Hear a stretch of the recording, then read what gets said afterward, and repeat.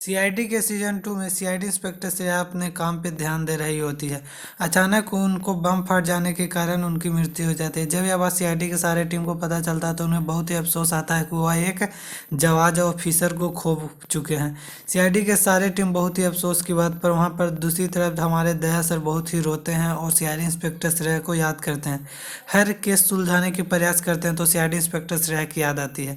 जब सीआईडी के टीम के सामने एक बहुत ही बड़ा केस का खुलासा होता है, वह कॉलेज वाला केस रहता है जिसमें कॉलेज में बहुत सारे गुंडे रहते हैं जो कि एक लड़की का मर्डर कर देते हैं। वहीं उस केस को सुलझाने के लिए सीआईडी ऑफिसर दया सर उस कॉलेज में जाते हैं। कॉलेज में स्टूडेंट बनकर जाते हैं कि उस आदमी पे कड़ी नज़र रख सके और आदमी कब और क्या करता है।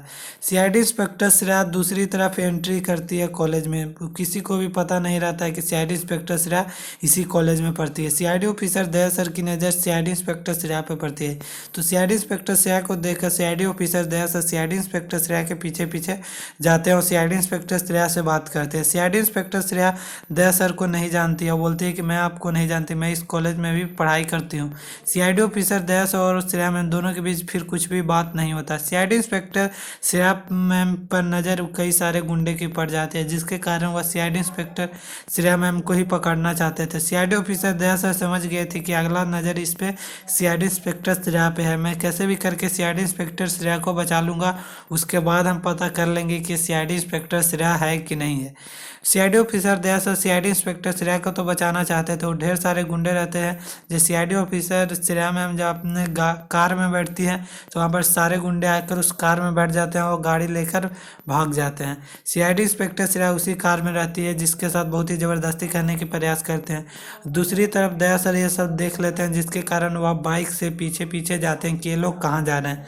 वह एक फैक्ट्री में ले जाकर सीआईडी इंस्पेक्टर श्रेया को एक कुर्सी पर बांधते हैं कि वहाँ पर सीआईडी ऑफिसर दया सर आ जाते हैं। दया सर आ जाने के बाद सीआईडी इंस्पेक्टर श्रेया को तो बचा लेते हैं पर यह सब गैंग का लीडर कोई और था जो कि सीआईडी इंस्पेक्टर श्रेया को देखने के लिए वहाँ पे आ रहा था। सीआईडी इंस्पेक्टर श्रेया को लेकर तुरंत ही दया सर निकल जाते हैं जिसके कारण जो मेन लीडर रहता है वह नहीं पकड़ा पाता है। यह बात का अफसोस सीआईडी ऑफिसर दया सर को आता है।